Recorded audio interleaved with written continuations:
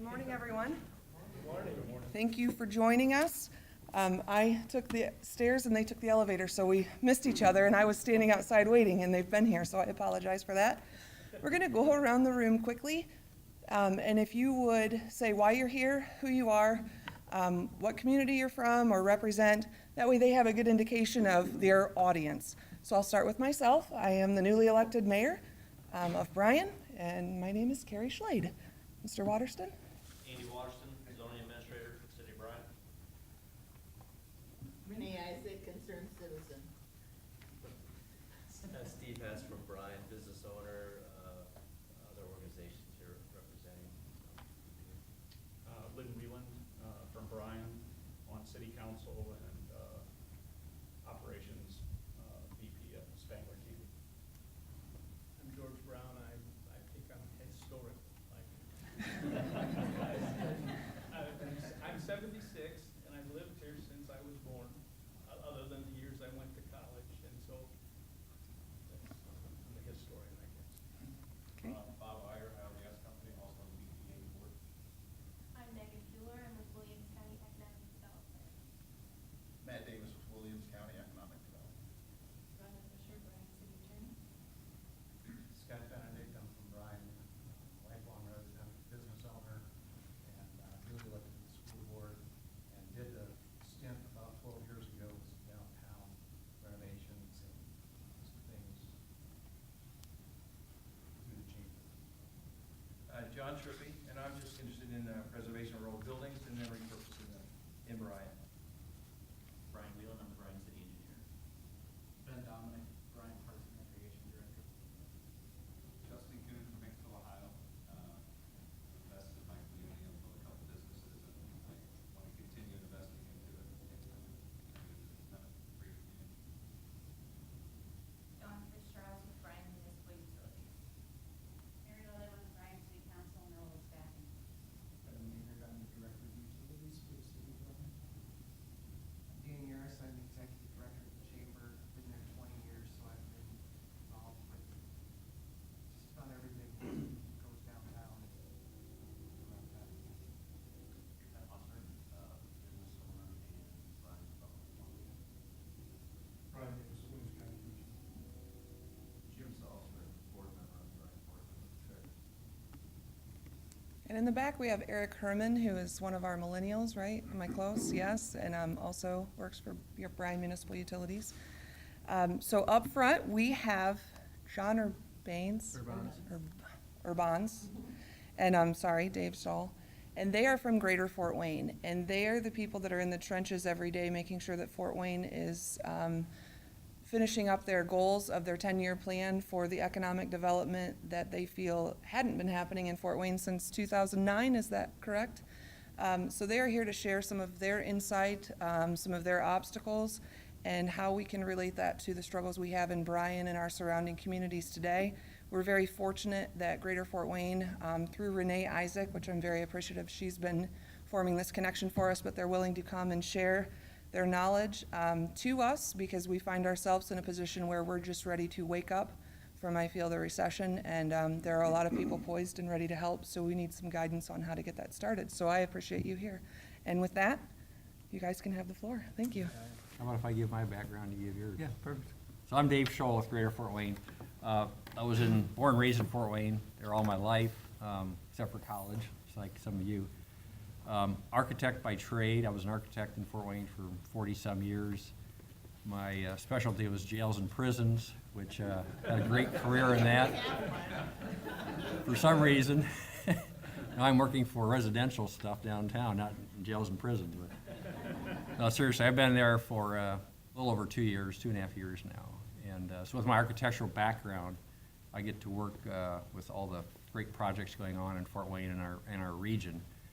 So it helps me, knowing architecture, to work with contractors and developers and designers and land acquisition and the whole process. So I bring that experience to the fore where I am. I'm fortunate to work with Eric and John, and it's been a great thing. And we've got a lot of great stuff going on in Fort Wayne. So hopefully we can help you in any way. So I'm John Urbans. I'm the Executive Vice President at Greater Fort Wayne. I grew up by Fremont, Indiana, so not too far from here. Last time I was in Bryan, Ohio was probably about 1979 for a tour of the Spengler Candy Company. So I've been here, but it's been a while. I studied urban planning and development at Ball State, was my background. I spent the first 18 years of my career at the city of Fort Wayne. Starting out as just a neighborhood planner, working with residents in the community, and working my way up to community development director. Came over to Greater Fort Wayne 4.5 years ago when we formed. So I don't know how many people were at Eric's presentation last night. Okay, quite a few of you. And Eric and I are like yin and yang. So you got the fire and energy last night probably, and I'm seeing a lot of laughing. And I'm the tactical, figure out how to get it done and maintain the relationships that he sometimes. Yeah, so he talked about that last night. I can tell. Pushes them beyond their comfort level, right? I tell him that I'm the guy that walks behind and cleans up, and some days he's a mouse and some days he's an elephant. And some days are more challenging than others. I'd say it if he was sitting here. So, just to give you a little background on Greater Fort Wayne for those of you that weren't there, and I don't know how much he covered it last night, but we formed Greater Fort Wayne 4.5 years ago. We had an economic development organization called the Fort Wayne Allen County Economic Development Alliance. It had been around since 1999, so it was about 17 years old. We had the Chamber of Commerce, which had been around for 100+ years. Chambers are struggling right now. It's hard. Across the country, they're struggling with membership, and we had a change in leadership at the Alliance, change in leadership at the Chamber. We had a leadership development organization, Leadership Fort Wayne, within our community that ran programming, and the business leaders said, you know, we've got all these different organizations. We want to have one voice of business for the community, and we want to be bold and start working on transformational things. So they formed Greater Fort Wayne, and basically brought all three organizations together to tackle leadership development within the community, business attraction, business retention, you know, the typical chamber advocacy things, networking, and just have one voice of business within the community. So I think a lot of people thought we were crazy. We started off with a 65-member board, which is pretty big. Right now, I think we're at 55. We've scaled it back a little bit, but I actually think we need to increase it a little bit. So there's a lot of good discussion that goes on within our board, and they really wanted to push things forward. When Eric came in about 2.5 years ago, you know, he's a hard charger, wants to get things done, and we started to look at what we were doing. You know, we were doing traditional economic development, so a lot of business retention and expansion, working with our local companies. We've got a lot of great ones in Allen County. We've been very fortunate on the attraction side. I mean, frankly, I think I'd put up the companies that we've attracted and the job growth we've seen in that against anybody else in the state of Indiana. A lot of projects that would have been the prize of communities across the country.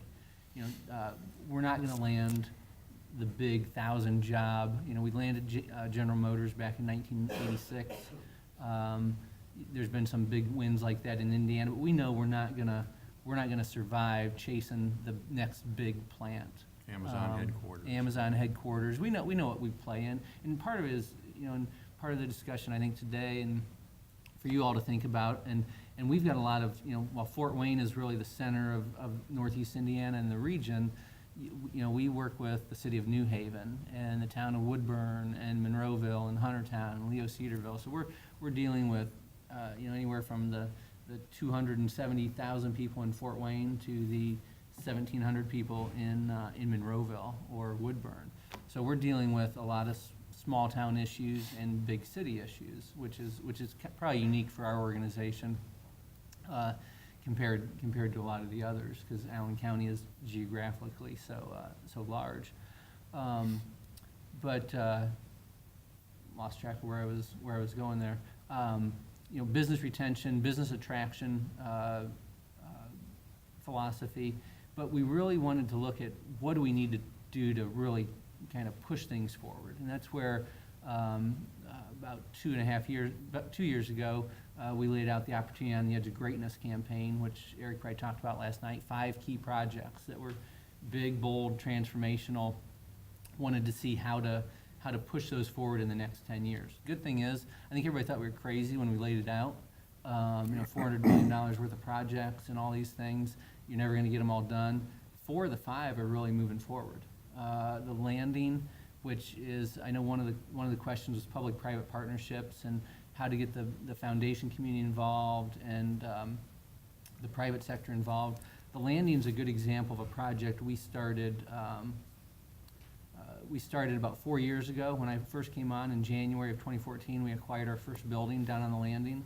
We ended up acquiring 7 buildings and 2 parking lots on just one block of basically the original downtown of Fort Wayne. You know, I don't know how many of you are familiar with it, but it was where the canal landing was in Fort Wayne.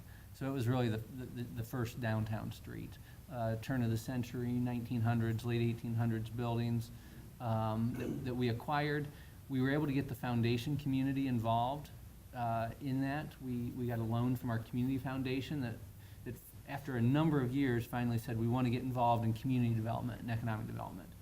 Our foundations have been very much involved in youth and families. And we've got some pretty large foundations, and we've been pushing them to look more at economic development and how to make an impact there because, in our opinion, you can impact families and youth if you've got good economic development and good jobs for the residents. So the best thing for little Timmy is if Timmy's mom and dad have a job. So we were able to get them involved and worked with them to get $1 million revolving loan to help acquire some of the buildings and get things started. So they were really the first ones that came to the table. We leveraged that to get some public dollars into the acquisition.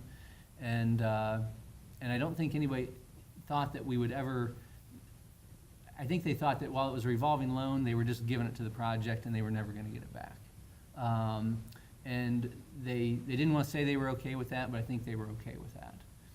End of the day, we acquired those buildings, we went out and marketed it to the development community, and we were able to find a developer interested in taking that project on. And at the end of the day, they rolled that original $1 million into a long-term loan into the project, but they will be getting paid back. So we're showing them success that if they invest, it is a true investment, and that's one of the things we're focusing on. I guess I should go back a little bit. You know, we've got back in about the early 2000s, we had a decision to make in Fort Wayne of whether downtown was going to be relevant or not. And I think a lot of communities have that issue. And I go back to there, that was before Greater Fort Wayne was formed. I was at the city at the time. And it was the original discussion about should the expansion of the Coliseum occur, or should there be a new arena downtown? And a lot of business leaders were proposing a new arena downtown. County wanted to expand the Coliseum, and ultimately the county said, we're going to expand the Coliseum because you don't have a plan for downtown. Retail's been suffering, you're losing population, downtown is suffering. And at the time, when Mayor Richard came in, following Mayor Helmke, they said, you know, we're not going to lose out on another opportunity like that. So we're going to put solid planning in place for downtown and for the broader community. So we started an effort to, with our downtown blueprint, to plan what downtown should be. What do we want it to have? What's the vision for downtown? Because we didn't want to lose out on that other opportunity. We also started a comprehensive planning process for the entire county. So how's our land use set forth? We hadn't done a comprehensive plan in Allen County since the late 70s, and the city hadn't done a comprehensive plan since like 81, 82. And that's what all of our zoning's based on, all of our growth is based on. So we started a process jointly with the city and the county, and it was the first time they'd ever done something together like that. Took us about 3 years, but we got the comprehensive plan completed and approved, and it looked at you know, how to incorporate downtown Fort Wayne, how all the other towns would see their growth. But we really laid the foundation for all of our growth around good, solid planning, knowing that if we planned it right, we could grow it right. Coming out of the downtown blueprint, was a conversation about, and you all heard it on the news. Do most of you watch Fort Wayne News, or is it Toledo News here, or? Toledo, okay, so maybe you didn't see as much of it as I thought. But there was discussion about the baseball stadium. We had Memorial Stadium, which is out by the Coliseum, out by the Memorial Coliseum, you know, out on the bypass, not next to any businesses really. It was, traffic was right in, right out. You were coming to a game, you were leaving the game and going home. Averaged about 165,000 people a year coming to baseball games, and that was it, just baseball games. It was a nice stadium. No, it wasn't. But, It was ugly. all right, it was ugly. It was a concrete box. It was a nice high school baseball field. It was a concrete box, and the community didn't realize it needed to be reinvested in significantly. We built it on the cheap. You know, our community is very conservative. We built it on the cheap. We got it done to attract the team, but it wasn't adding value to the community. The developer, the person that bought the team out of Georgia actually is a developer and came to us and said, hey, I see you've got a downtown plan. I see you've got plans in there to eventually move the stadium downtown in 20 years or some point. How do we do that quick? How do we do that in the next couple of years? And they only came to us because we had a plan. They bought the team, frankly, because they saw we had a plan for what we wanted to do with the team and the stadium. So we started working on that, and I'll tell you that that project was extremely complicated. 75–80% of the community did not want to do the project. They thought we were crazy to do it. They said baseball's dying, downtown's not safe, there's nowhere to park, traffic's gonna be horrible, and nobody's definitely coming downtown to watch baseball. We looked at everything and figured out a way to do it, showed them that it was gonna be more than just a baseball field. We were getting mixed-use retail, we were getting housing, we were getting a parking garage, we were getting a new hotel as part of this $150 million project. They still thought we were crazy. I'd say we proved them wrong. If you ask today, 95% of the community, 99% of the community is happy with what we did because we sold it for what it was gonna be. It was gonna be a mixed-use development. We're in our 10th year now. The stadium opened in '09. Everybody said, you know, attendance would start to taper off after the first couple of years. It's new, everybody's gonna enjoy it. Last year, they set their record on attendance. They're averaging a little over 400,000 people a year just for baseball for the last 10 years. That's new people that are coming in downtown. It's not just the same people that were coming, and it's not 400,000 people from Allen County that are coming to the game. If you look at, in the first couple of years, we kind of did a license plate study in the parking lot, and she knew to come out and get us because of the license plate. When we pulled in the parking lot today, we went out and looked where are people coming from, and about 30% of the people going to the games are from Allen County. So we're bringing people in from outside Allen County, outside the state. Now that they get onto the game, they're going to restaurants and Yeah. Tell them about activities. what you brought in, John, from your $165 million. So the original project was about $155 million.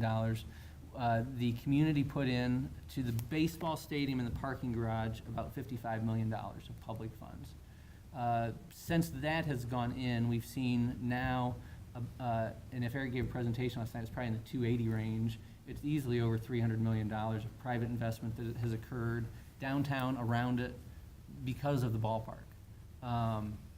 You look at things like the Anthony Wayne Bank building that was downtown, 15-story building, was 95% vacant at the time. It was purchased just a few years after the ballpark went in and was turned into about 42 condominiums, 3 floors of office space, and first floor there's a bank, Ready Med, and a restaurant, and now a brewery in the first floor. That building was completely vacant, wasn't going any, or almost completely vacant, wasn't going anywhere. They only did it because of the momentum we were creating within the community. Now that property is generating significant tax revenue to the city, to the county, that it wasn't before. There's new activity. the condominiums, even as a planner, and I like to think that I dream fairly big, but I never envisioned that we would have $1 million units in downtown Fort Wayne. And at least 3 of the units are 7-figure units, with some of the investment that occurred in those. Buying multiple units, making big units, but it's entirely full. The Harrison, which is right next to Parkview Field, people said, well, there's no market for housing downtown. There's a waiting list in those 42 apartments. There was another apartment complex that was built then, an old building, the Randall Lofts project, which was an old hardware store, about 5 stories. In the 80s, somebody had put a spec unit in and kind of looked at how to transform it into residential. Could never figure it out. After we started the momentum going, there's now 42 units in there. First floor is all retail, and there's a waiting list for the apartments. So that developer is now doing a 65-unit redevelopment of an old box company a block away. Right next to the jail. Right, literally right across the street from the jail. Market rate apartments right next to the jail. That Dave designed back in the early 80s. So Dave designed our first single occupancy residential downtown at the jail. Everybody said everybody said nobody's going to develop next to the jail, and it's not the best location. It's right next to Headwaters Park, which is where all our festivals are. It's right next to the river. It's right on the entryway into downtown. But the market has spoken and is building 65 market rate residential housing units right across the street from it, with first floor office and retail. And right next to that, we've got a new $65 million development. It's going to break ground yet this year. 150 apartments, 1,000-car parking garage, and retail on the ground floor right next to the building that John just mentioned. It's right on the riverfront. Be right next to Phase 1 of Riverfront Development. And that money's coming from Minneapolis, Minnesota. Yeah. And I know one of the questions I saw in the email before we came was, how do you do public-private partnerships? How do you work it out? First and foremost, we work under the under theory, there's got to be an open book between the private sector and the public sector. So that development that Dave was talking about, we're utilizing the county parking lot that is right next to the jail, where the developer's actually going to build a just under 1,100 space parking garage on that site, and the city's going to lease it back. The county's donating the property to the project. In return, they will get the number of spaces that they need in it, that they already had for staff in the parking lot. But there were some challenges going through that project, and the developer came to us and said, "Hey, we're having trouble with the city because with some things." And we said, "Okay, let's see the numbers, let's see the books, let's see your pro forma." And they said, "Oh, we can't show you that." And we said, "Well, there's your reason. You want us to help you get the city and the county to work closer with you, but you're not being transparent. You're not opening your books." And they said, "Well, we can't." We said, "Well, then you don't have a project then, because the way we do things, if you want something, you're going to show them what your return is, and they want you to make a return. We don't want people to not make money. We need them to make money, but we also want to make sure that we're putting in, as a community, an appropriate incentive package and not something that's inappropriate." So we said, you need to open your books, and we need to agree on what the return should be. And they said, okay, and we got it done. And so I think our position there is we're kind of uniquely positioned because we're not the developer, we're not the city or the county, and the county wants us to help hold developers responsible, and the developers want us to help hold the city responsible. So we basically kind of try and hold both of them responsible, and that's what we do. So we could go back into the city and say, okay, they're opening their books. Let's figure out what an appropriate return is, and let's make sure they make money, but let's make sure that we're not overly incentivizing a project. And that's where we've tried to be with all the projects. So that's how we're pushing things forward.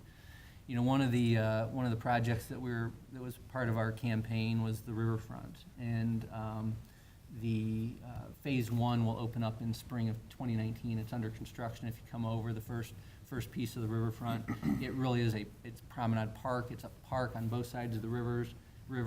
It is right across the street from this $65 million project that Dave's talking about. So we are attracting the private development that we said we would as part of that deal. We are now focused on starting the design of phase 2 and phase 3, because as we started looking at it, the riverfront we did a master plan for the riverfront, and everybody said, okay, let's focus on phase 1. And they started focusing on getting phase 1 funded, and the private sector stepped up through the community foundation, raised private dollars to go into it.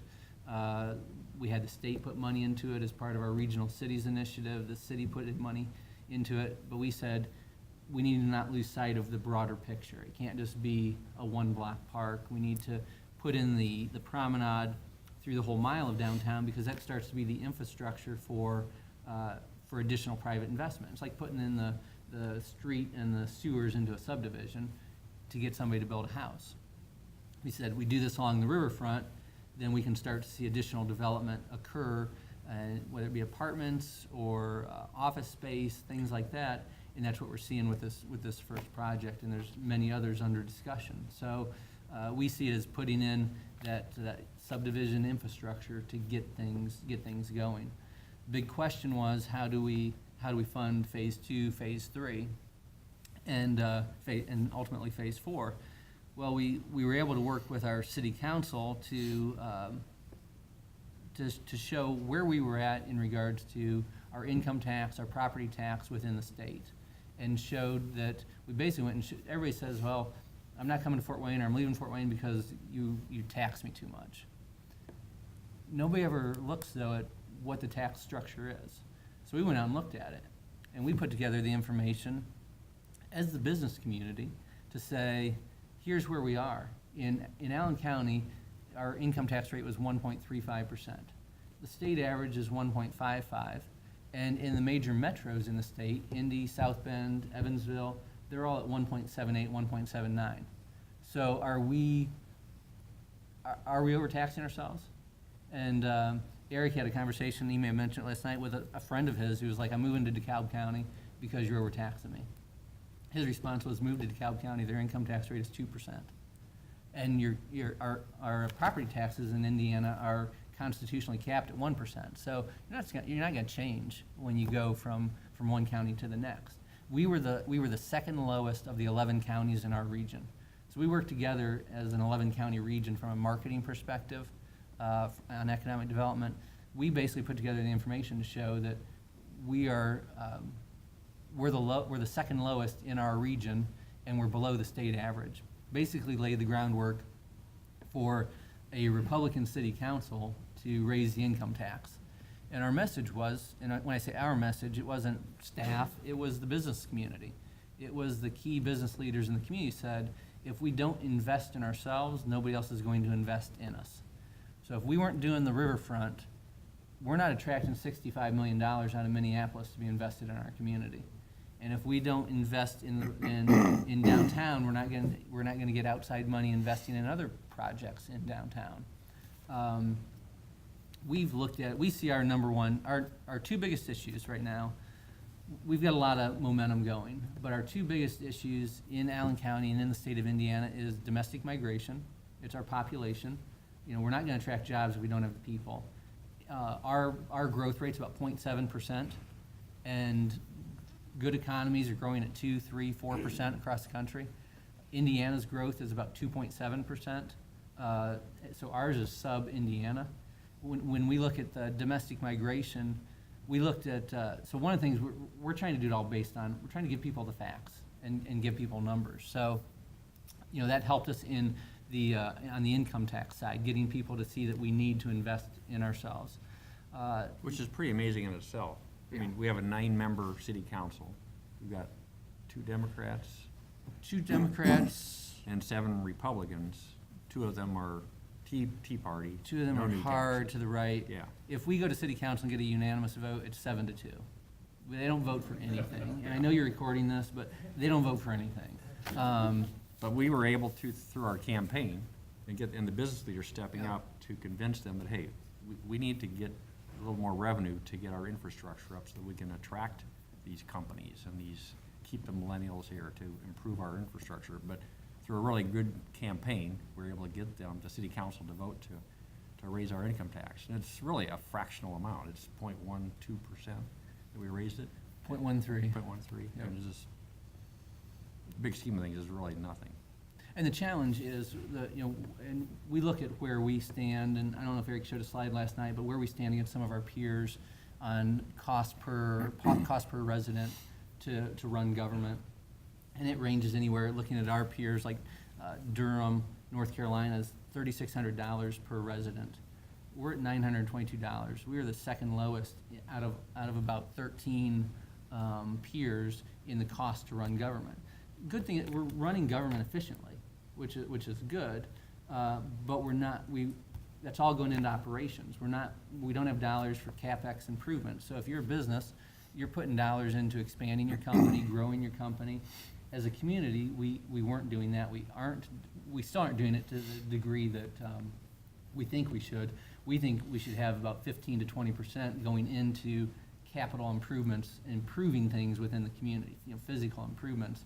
And we're not there yet. This tax rate last year helped get us a little bit closer, got us from about 8% to 13%, but we still have some room, we believe, in reinvesting in ourselves, and that's something we will continue to push. And the way that we sold that 0.13% increase was we lumped in, it's gonna fund three things. Number one, we wanted to fund phases 2 and 3 of the riverfront development, but we also put in sidewalks. It's gonna fund sidewalks because a lot of areas in our city have no sidewalks or they're in horrible shape.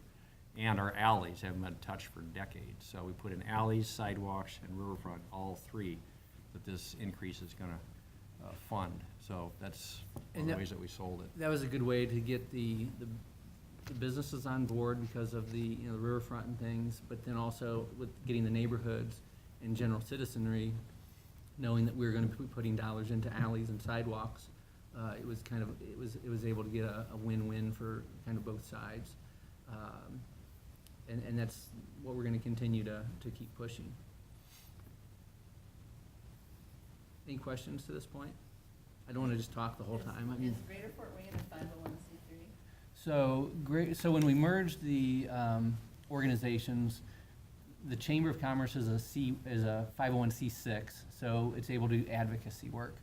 The Alliance was a C3, and Leadership Fort Wayne was a C3 organization, so not able to do advocacy.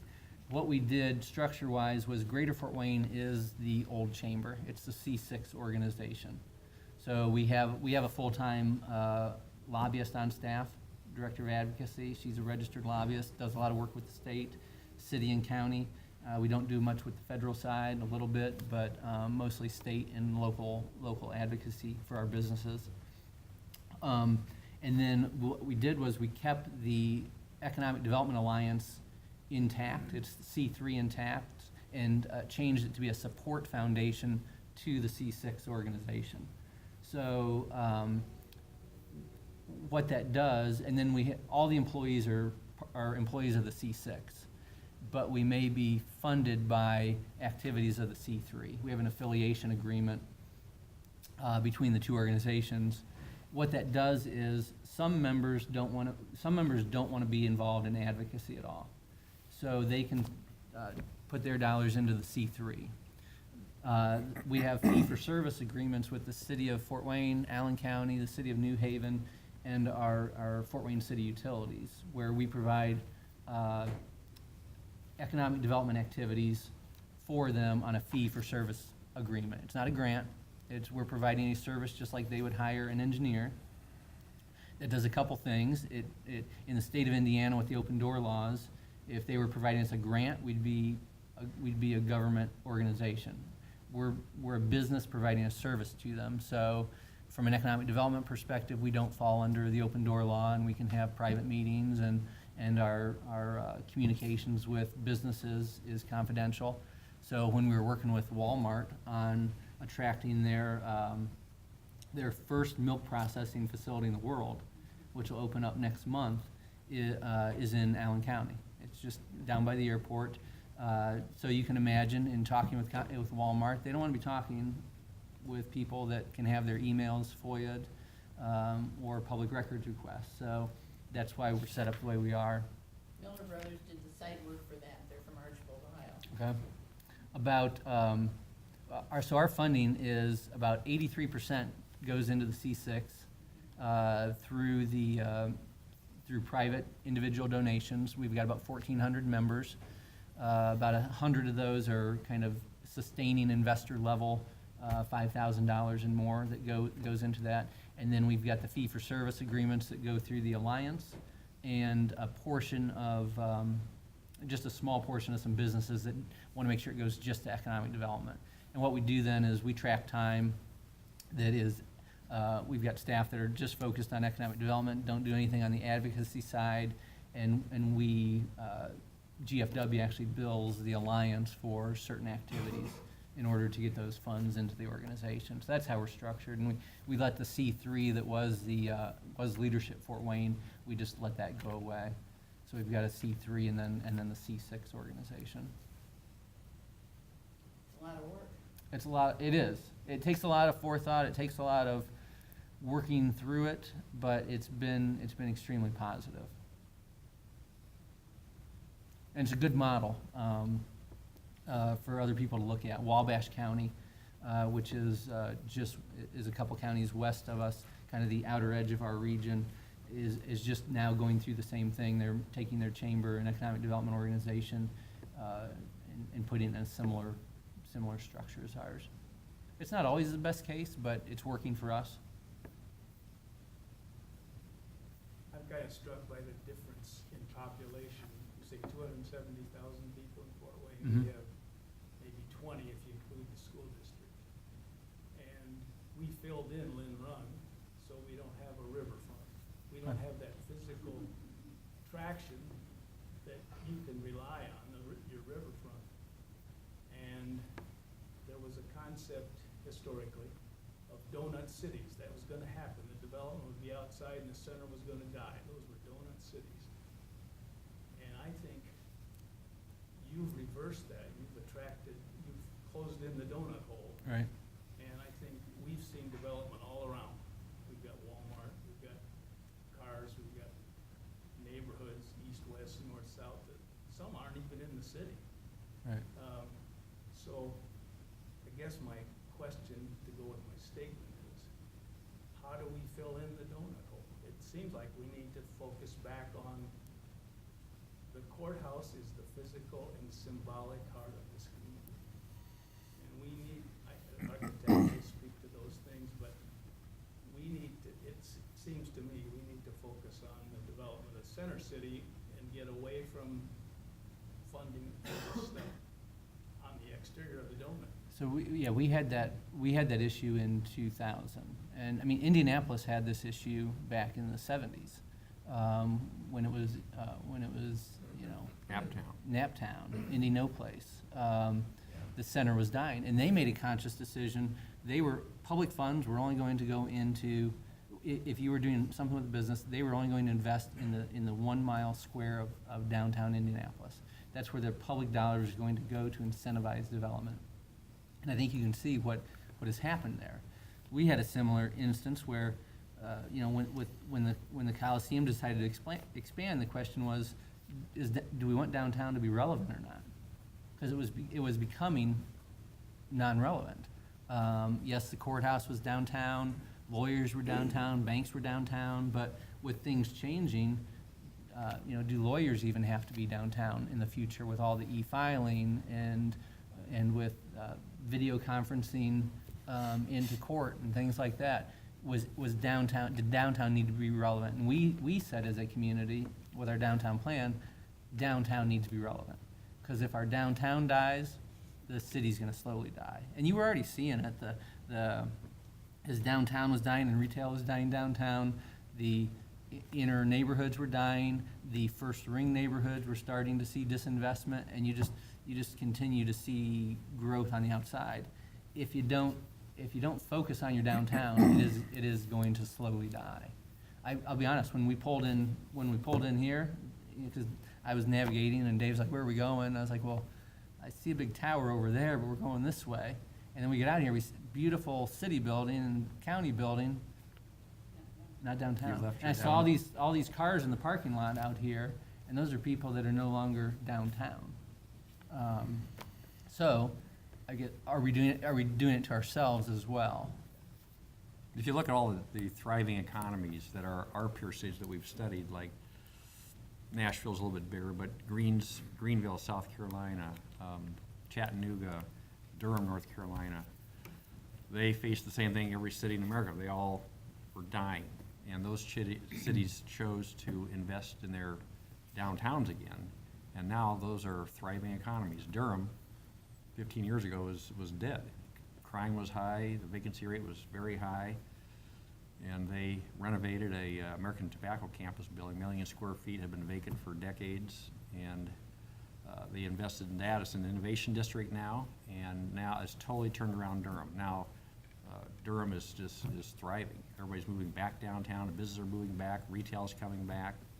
It's one of the hottest economies on the East Coast because they invested in their community. Same with Chattanooga and Greenville. So people are discovering that if your downtown isn't thriving, you're going to be dying. One of the things we did in that regard, back in 2005, we started going every year and doing an inner-city visit to somewhere that was similar size or maybe a step above where we wanted to be, kind of aspirational visits. But first one we went to was Greenville, South Carolina, to see what was going on down there, because as we were researching it, that was a community, similar size, that their economy was moving up at a steeper pace than ours was. We went to Providence, Rhode Island, we went to Chattanooga, Tennessee, we went to Wichita. Last year we went to Durham, North Carolina. This year, we're going back to Greenville because it has continued to change dramatically in the last 13 years. And the idea is that we go and we look at something that has some sort, ties in with something we're looking at. So with Greenville and Providence, it was riverfront development. With Durham, it was the American Tobacco campus and how that relates to the Electric Works or the GE campus. You know, I don't know. Everything is, while we are a much bigger city than you are, everything's scalable. And that's what we're even talking about within our region.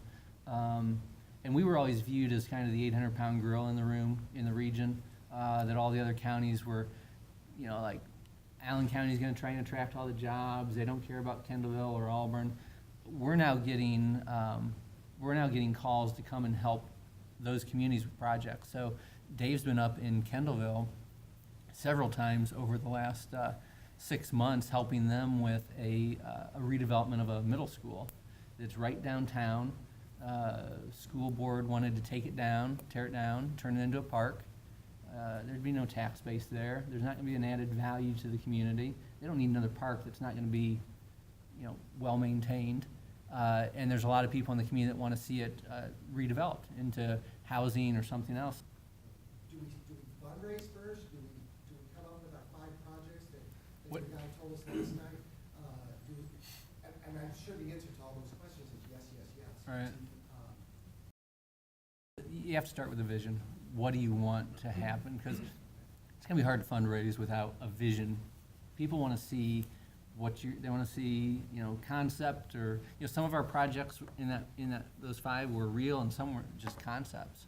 But what's the vision? What is the leadership in this community? And when I say leadership, it's political leadership and nonprofit leadership and business leadership. You got to all be on the same page, and that's why our board is made up of all that. What's your vision? What do you want to be? What do you want to do?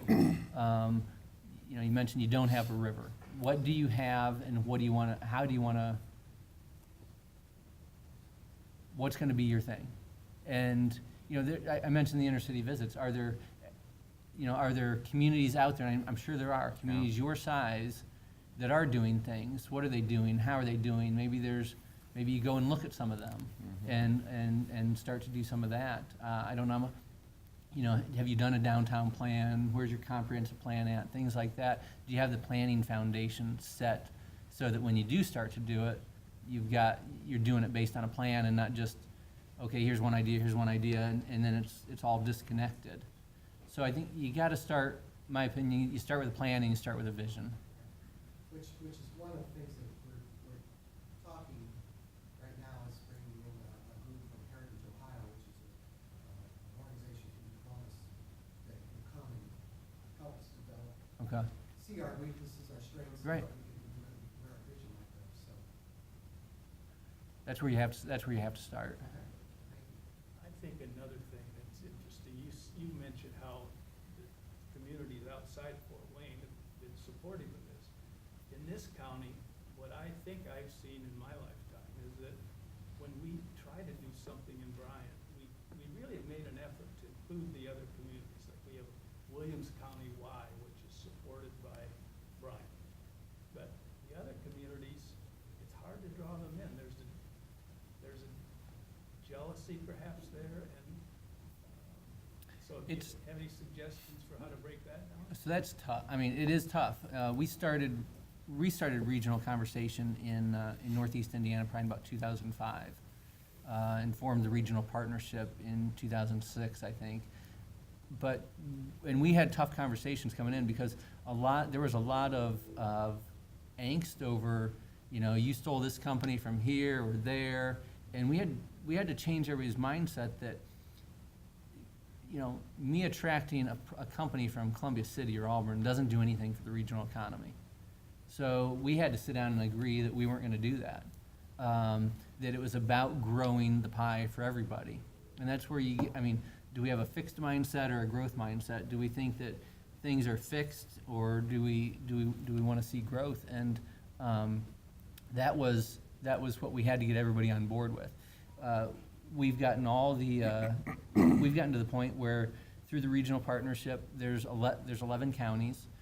We meet on a regular basis, so the economic development folks meet. We have a local economic development or LEDO council where we all meet. We just had it on Wednesday, and we work together. And literally, from one of our inner cities visits we made in Denver, we learned about how they were operating out in Denver and the trust factor they had amongst each other. And we came back and put in place a code of ethics that all 11 county organizations have signed. And it talks about how we're going to work together, and that we aren't going to poach from each other.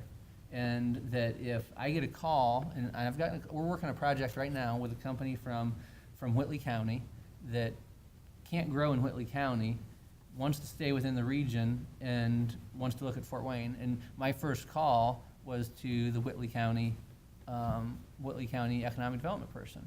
And I called John and said, hey, this company, and he already knew about it because I told them, you need to talk to John first, but we're not going to poach from each other. And we've got a code of ethics for that. We've gotten our mayors and commissioners on board with that. So even from a political perspective, they meet. So we've got a mayors and commissioners caucus that meets. They met on Wednesday as well. It's the commissioners and mayors of every city within the 11 county region. And they meet and talk about issues that affects them all. And they know, Mayor Hickman in Angola knows that what's happening in Fort Wayne is going to positively impact what's going on in Angola, and Mayor Yoder in Auburn, and they're getting together and they're talking about that on a monthly basis. So, how do you get there? You got to sit in a room and work through the trust issues and talk about these things. And there will be things that came up that, happened in the 70s or 50s, and they're still I know where I grew up in Fremont, there's still bad blood from, sectional championship of 1979 with Angola. And you got to get over all those hurdles and things like that. But you can do it. And I think as a region, we've done that. And that's helped us, and that's helped every other community in our region. When you guys came up with your pillars, your 5 big Mhm. projects, did you vet those throughout the community first? Did you kind of, listen, or did you guys just kind of throw it out there and say, this is what we're gonna do, and then you can't, you gain support? So I would say yes and no. No, we didn't. We did get the mayor to sign off on it before we did it. We did get him to sign off on it. But the other thing is, those 5 projects, they weren't new. We just weren't marketing them. And they'd been part of other plans within the community. So nothing in there was new. It was a matter of how we were going to talk about it and how we were going to promote it and how bold and audacious we were going to be in trying to get them done. So we didn't have to do much of that. The other thing we did, and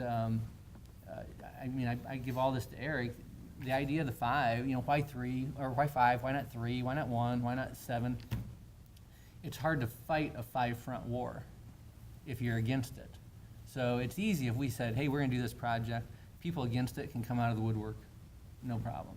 But chances are, everybody in the community liked one of those 5 projects. And if I'm against it, then maybe my project isn't gonna happen. So, they were part of other plans. It was how we were talking about them, how we were marketing, just being bold was what we were trying to do to get them done.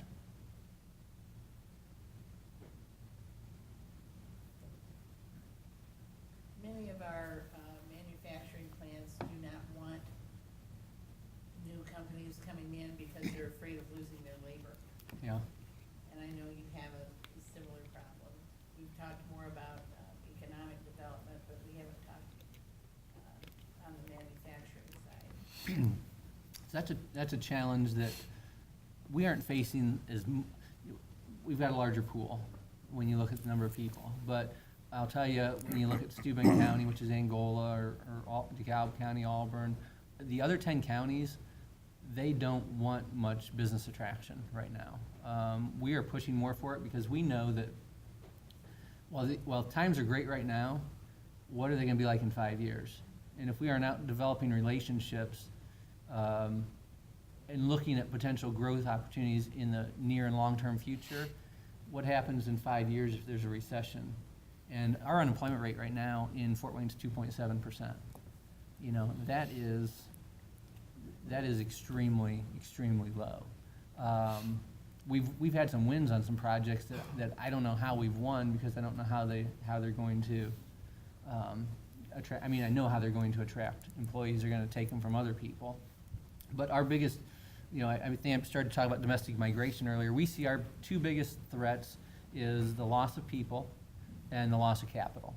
So that's what we're trying to do. We're trying to do things to our community that make it want to be a place where the kids want to stay or come back after college and not go to Indy or Chicago or Nashville. And we also want it to be a place where people are attracted to for net new migration. And we believe that's in doing things that improve the quality of the place.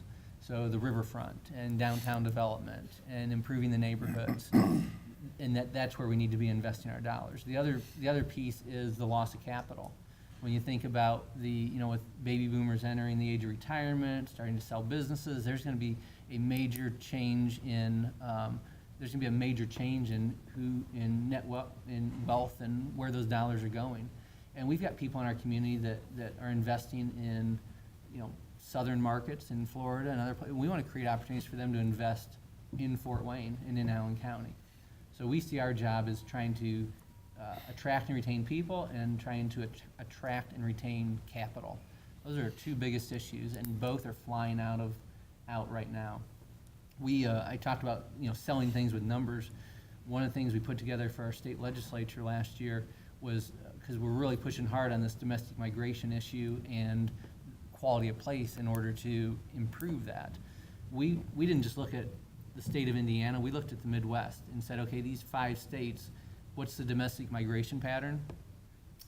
5 states, Ohio, Michigan, Indiana, Illinois, Wisconsin, have lost 900,000 people in the from 2000 to in a 6-year period, from 2010 to 2016. 900,000 people. More moved out than moved in. That's $35 billion of adjusted gross income that has left the Midwest. Does that bode well for us, or for you, or for other communities? No. So we put together the numbers. Good news for Indiana is we were up 42,000 people over that time period. State of Illinois lost 425,000 people. Ohio lost 165,000, and Michigan lost 160,000 people. Is that because of high taxes? I mean, Indiana's recruiting hard against Illinois on the tax environment. I mean, there's a lot of people that were in Chicago that are now living in Illinois, or Indiana. Well, Yeah. it's the weather, you gotta think, since air conditioning was invented, industry, everybody moves south. And I don't know how you change that. I don't think it's, I mean, air conditioning has been around a long time, and I'll buy into that some, but we're still losing people, and we shouldn't be. There's a lot of northern climates that are attracting people, and we are not one of them. We're trying to be one of them. And you can see, Illinois, I think a lot of it has to do with tax climate. And regulations. Regulation, tax climate, cost of living. So we're trying to sell things based on the numbers and the facts, and just continue to improve. The other thing we've talked about in Allen County a lot is we've got a long, rich history of do something big, rest on our laurels, have another crisis in 10 years. Oh, we gotta do something big. We are about keep the foot on the gas and just keep it moving, keep the momentum going. We can't let up just because we did Parkview Field and got $300 million of investment. We can't just stop. We need to keep going. We need to continue to invest because our competitors are trying to advance as well. They're not giving up. They're not slowing down. As much as we're moving up, they're moving up probably faster. So we need to keep it moving and not rest on our laurels. And that's been a bit of our challenge, and we're still trying to focus on. It's like with our electric works project right now. People say, "Oh, is that too big?" No, it's not too big. It's what we need to be doing. It's what we need to be doing.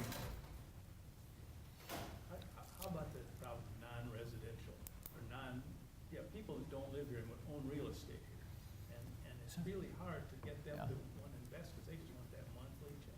Yeah, we have a bit of that problem. A lot of our smaller communities have that problem. The key properties within downtown not being owned locally. There's some key properties in Auburn that somebody out west owns. He comes and uses them once a year at auction time, and the rest of the time they sit there and deteriorate. You got to think about how you do that. We had that problem with the landing. It was invested in as a community about 30 years ago.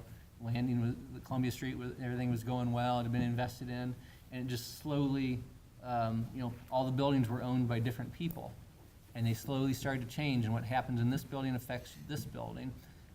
We bought 7 buildings down there from 6 different owners, all of which were. I'm going to write a book someday about them because every one of them was a character in their own regard, and it's amazing we got them all done. But none of them were positive for that street, and we had to make a decision: do we want to do this or not? And in some cases, we paid a little bit more for a building than what it was valued at. But we knew if we didn't get that building, we weren't going to get the whole project to go. So that's something you just have to. You have to sit down and negotiate, and there's an appraised value and there's a real value for the property, and we might have to pay 1.25 times the value or 1.3 times the value, but we're not going to pay 2 times the value. And we had to sit down and have some tough conversations about it, involve the city, and you don't want to use the heavy hand of government, but there's ways that you can enforce laws on the books to make sure that you're holding them accountable to things that property maintenance codes and noise codes and things like that. Sometimes you have to hold them accountable. I think our mayor and the council have kind of stepped up as far as the deteriorating properties. They've sent letters, and that was not being done historically, and that, I think that's a positive. But I'm sure they all worry about what's going to be the reaction to that action. One of the things that's changed, I think, I've only been with the organization a little over 2 years, but one of the things I've seen change recently, thanks to John and Eric and leadership, is before the business community, the business leaders didn't really step up and lead. And over the last year, we've done an excellent job of getting the business leaders to come together and realize that you got to work together to make this happen. So now there's more speaking as a unified voice, saying, because us as an organization, Eric is our leader, and John, we can only use the megaphone so many times they stop listening to you. But once the business leaders start stepping up, then they start to become the vocal majority and speak with a unified voice, say, hey, we want to change this community, that's when you can really get things moving, versus just the mayor or And the you- chamber. You need that because, I mean, at the end of the day, if I'm at if I'm at the city council table, talking about a project, pushing for a project, I'm the paid suit that's supposed to be sitting there doing that. I'm not the business leader that has 1,000 employees or 500 employees or, runs the hospital. We need them there supporting us so that it is truly the business community pushing for this, and not just whoever happens to be in the seat at the Economic Development Commission or the chamber at the time. You need to give them the support. What we've talked with elected officials about is we're there, and the business leaders are there to give them the cover to make tough decisions, because they're going to get they've got to get voted in. They're going to get challenged on why did you do this, why did you do that, and if the business leaders have their back and provide them the support for that, it's an easier vote for them to take. I know I'm talking to some of you here, so. Can you talk a little bit more about this board that you have with, you said like 65 people, now you're at 55. Yeah.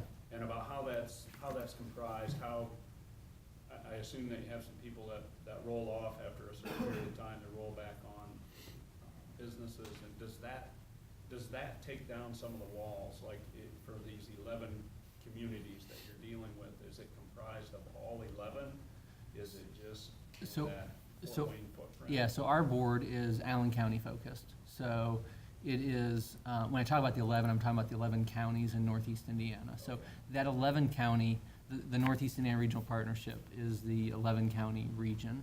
That board is about 22, 24 people.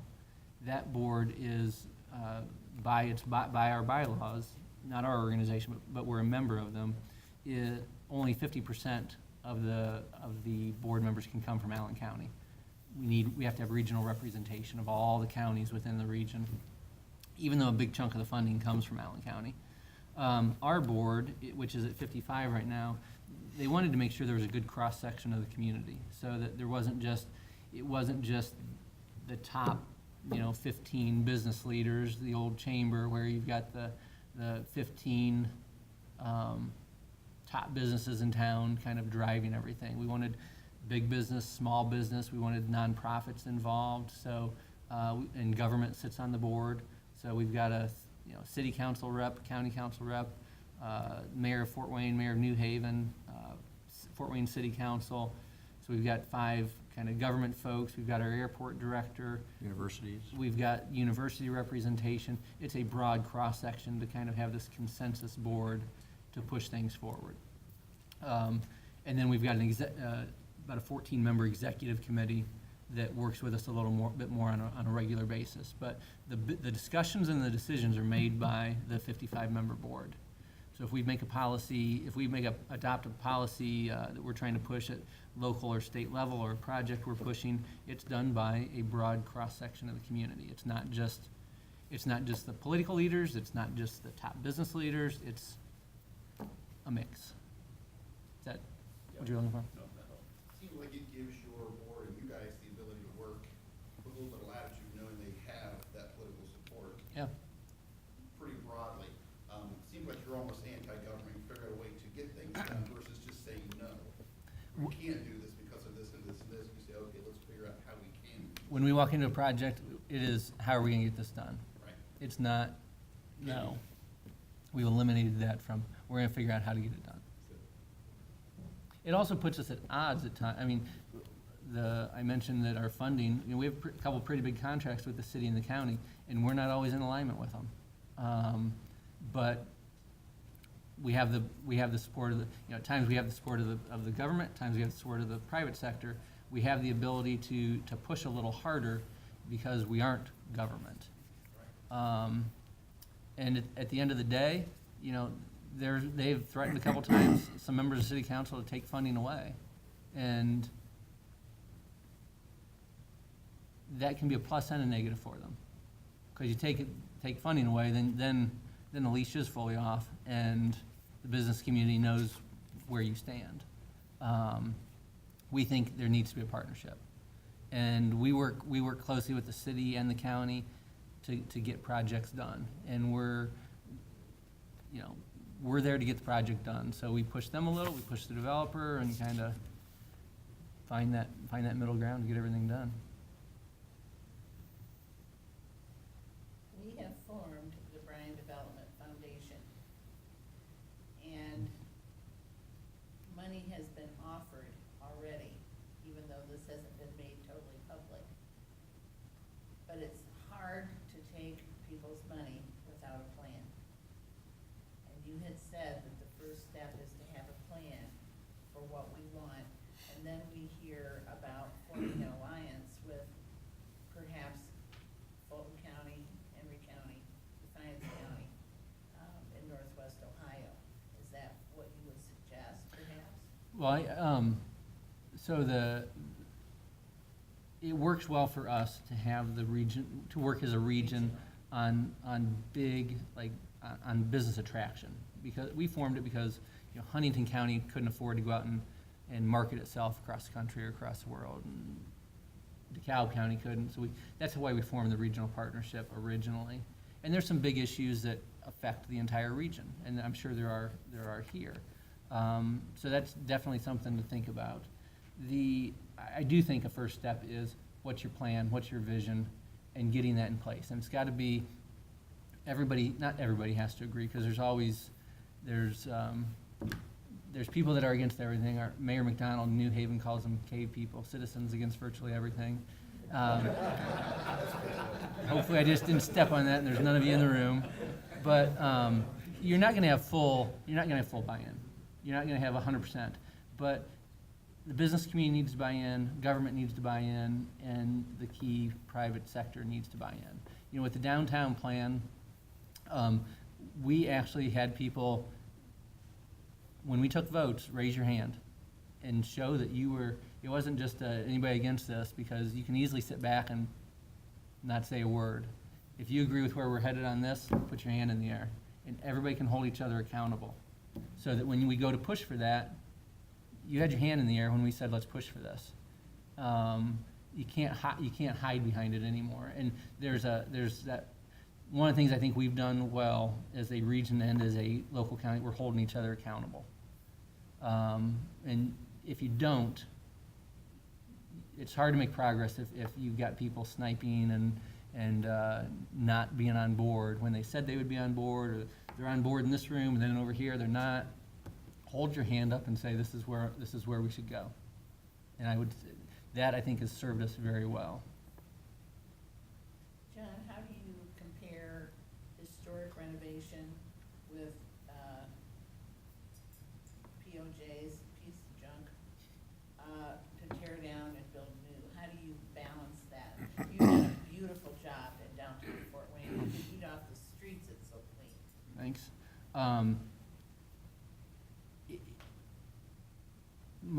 I studied urban planning and my minor was historic preservation. So Awesome. if I can save it, I want to save it. If it's a piece of junk, tear it down. If there's no value, tear it down. And if you tear something down, don't replace it with a piece of junk. If you want a high-quality community, you better have high-quality standards, and don't replace, if something needs to come down, don't replace it with something that is totally out of character. We took a building down on the landing that was, so most of the buildings were built late 1800s, early 1900s. We had one, there was the old Rosemary Hotel, burnt down in the late 70s, early 80s. New building went up, didn't fit the character of the street, and we're taking that down. It was demolished a couple weeks ago. New building's gonna go in its place, and it's gonna be high quality. It's not going to look, because it's a historic district, and we're using historic tax credits, they don't want us to build to look like an old building. They want us to build a new building that fits in well with the other old buildings. So that's how we get around it. But if you can save it, great. If you can't save it, understand. But don't replace it with a piece of junk. Don't replace a building that comes to the sidewalk in your downtown with a building that's set back 15 feet. With a parking lot in front With of it. you know, or a lot And further. you want it to generate tax revenue as well. Yes, Downtown Fort Wayne's awesome. thanks. It's absolutely awesome. I mean, a great mix of old buildings with new is, I mean, it's the way to go. And old buildings, when you fix them up, have so much ambiance. I mean, there's a new restaurant just opened on the landing. It's not a part of the project, but it's contiguous to it. And it's called the Nawa, and they took the old brick walls and they're exposed, and it's such a cool environment. But it's an, 1800s vintage building, but it's just so new, but so neat. But then right next to it, as John says, it's gonna be a brand new building, and it's gonna be just a lively mix. It's a violation in Ohio. Yeah, the historic. Did federal money cease when we toured,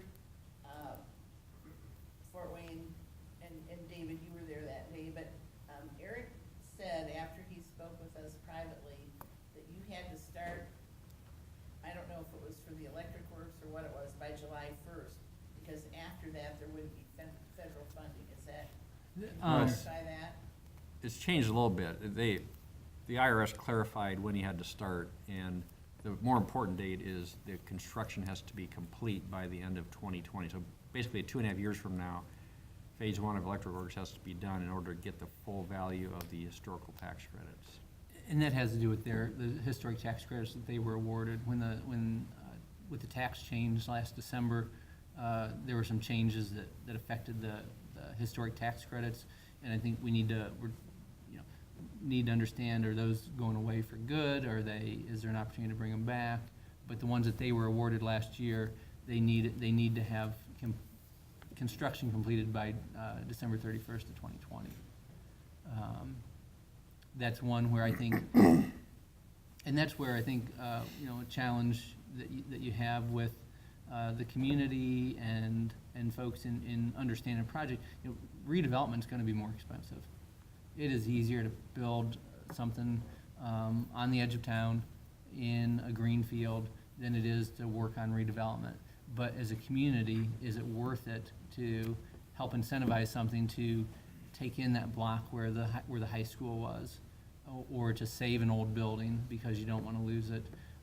Because it's redevelopment's more expensive. You've got who knows how the building was demolished that was there before? Was it compacted right when the soils went back in? Is it really development ready? What's the infrastructure like there as far as tapping into the sewer and water lines? You've got, with most old buildings, you're gonna deal with some level of lead paint and asbestos. It's harder, and it's a little bit more expensive. What we've said is it's worth it because we've got that character. So could we have torn down all the buildings on the landing and put up a new modern building? Yes, but we lose a lot as a community in doing that. Could you tell them briefly about Steve Park and the electric works and the innovation centers, and how you feel that'll be a draw? Yes. To young people in Fort Wayne. So Electric Works is the old General Electric campus. If you've been to Fort Wayne, it's right on the southwest edge of downtown. It's 1.2 million square feet of old manufacturing space, 6-story old brick buildings, big beautiful windows. It's ripe for redevelopment, and that's when Dave talked about the American Tobacco campus down in Durham. If we don't do something with it, it's going to sit there and generate $120,000 a year in taxes for a 40-acre parcel right in our downtown. If we can redevelop it, we believe that it will generate several $1 million of taxes a year. What we're looking at is again a mixed-use development. There will be, phase 1 is about 650,000 square feet. About 250,000 square feet of that is office. There's substantial residential in a number of the buildings that are going to have great views of downtown. And think about, kind of as Dave was talking about, the hard brick walls and beautiful old windows. You got to think about what the market is. There's people that want new build, and there's people that want old and cool. I guess new can be cool too, but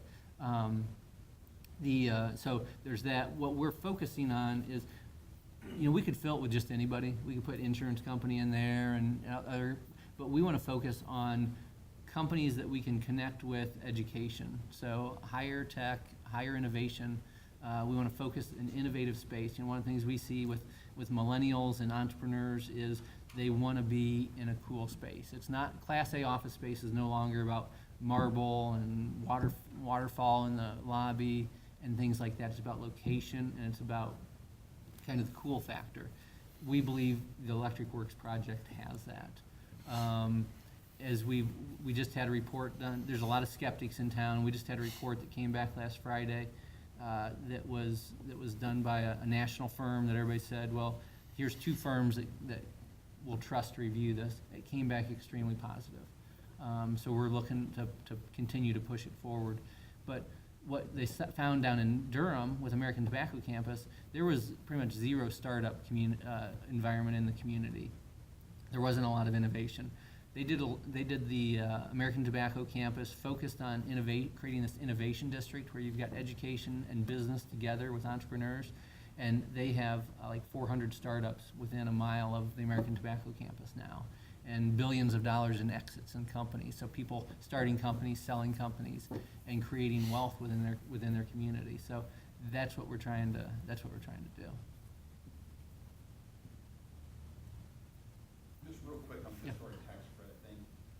In your experience, is there like a minimum threshold? Do you have to have like a good size project for those to really be advantageous versus like a single individual building? You have in to. downtown? I mean, we've had single buildings go through them, so it just depends on what the building owner wants to do. You know, it does add, I would say it's easier in a big project because Spread it across. you're spreading it across, and there's things you have to meet, but we have a number of buildings that have used it on an individual basis. We've worked with one of the things I would do if I were you, and I don't know the state, what the incentives are within the state of Ohio, but we worked with the state of Indiana to create investment tools. So we worked several years ago to create a CREED district, which is a community revitalization enhancement district. You have to have a special, only certain cities are allowed to have them. Fort Wayne is lucky enough to have 2 districts. We're the only city with 2 districts. There was a time frame that we could use it, but basically it's a 25% credit on hard costs of a project in that area. So say you have a $10 million project, you could get credits for $2.5 million. You could either use those against your state tax liability, if you have a tax liability, or you could sell them to somebody that does. And depending on what's going on in the market, I've seen them range anywhere from 70 cents to 90 cents. So what we're doing right now is, we have that ability to use that in downtown, but Auburn, Columbia City, Angola don't do that. So we actually are advocating for what we're calling a regional development tax credit, which would take that and make it statewide, and in areas that have a regional plan, it would be worth 25%. If you are in a community that doesn't have a regional plan, it'd only be worth 15%. So we're proposing to incentivize regional collaboration and people getting along and working together. So we're going to be pushing that hopefully through the state legislature next year, and that would open it up so that, because we had Mayor Hickman from Angola come down, had a great project working with Trine University. He's like, I want to figure out how to work with you guys on new market tax credits and CREED credits. And it's like, well, sorry, but you can't use CREED credits. Here's why. And we need mayors like you pushing for it instead of the big cities pushing for it. Because the legislature in Indiana is still very rurally skewed or rurally controlled. So, but we're trying to push for a tool that those smaller communities can use. And we've worked with them to make it a very easy credit to use. Unlike new market tax credits or historic tax credits, the approval process is pretty simple, and how you utilize them it's not complicated. So we're trying to make it as easy as possible to use.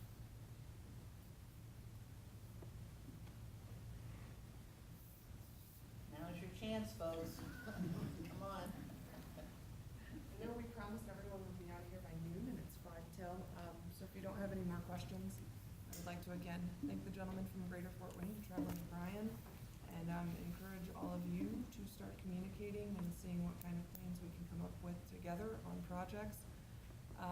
Renee did mention that the GE Works tours are back on, is that correct? So if some of you from the Development Foundation and maybe LICO want to get a group together to go, I'd encourage you to do it. Just let me know. Yeah, with Renee, coordinate there. I'd encourage you to all do it the same day because their schedules are obviously busy and they've given us a lot already. But Kevin and Dawn and Renee and Todd Roth and I went down there in the winter on a very cold day, had a great tour.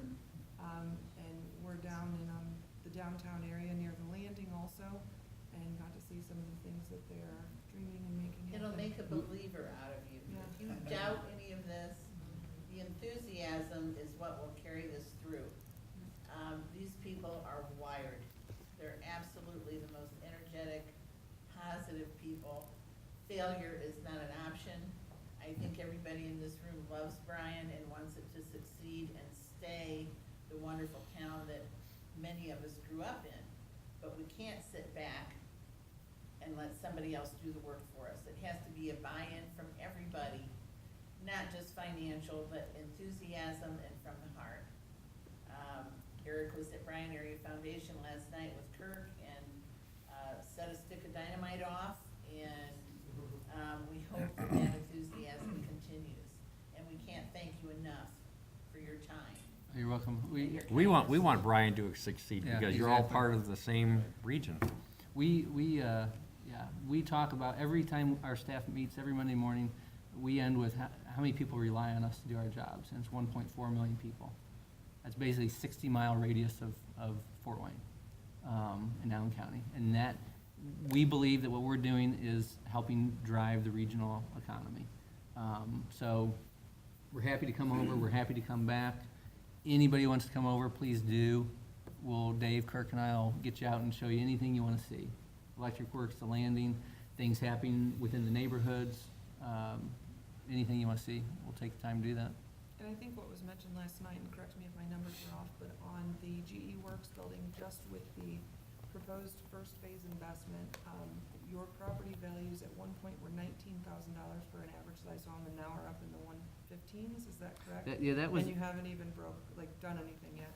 It's within a fairly distressed neighborhood, and one of our board vice president is a realtor, and she said that she's been watching homes in that neighborhood sell. They were, a couple years ago, they were selling for $19,000, and as of last quarter, they were up to where you were talking. Yeah.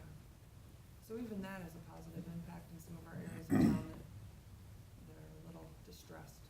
And his properties, and what we've talked with both city and county council members about is, yes, you're going to be investing in the project, but think about the return you're gonna get. So think about how many taxes are paid on a $19,000 house versus that same house that is now selling for $130,000 or whatever. It doesn't take too much to realize you're getting a tenfold increase in property tax generation within that area. Okay, we have one more question. The question was brought up last night afterwards, I don't know if we got answered it. Are you seeing any reverse though of that housing? All of a sudden you have a property owner that's paying for a house at that, and now it goes to the 115 mark, and yes, your taxes go up, which is great for the city, but the homeowner who can't afford that now, have you seen anything that way? Well, so, we need to be careful and watch, we need to watch what happens with gentrification and things like that. That's something we need to look at. So we will be watching that. Okay, well, I appreciate you all coming. Thank you all for coming.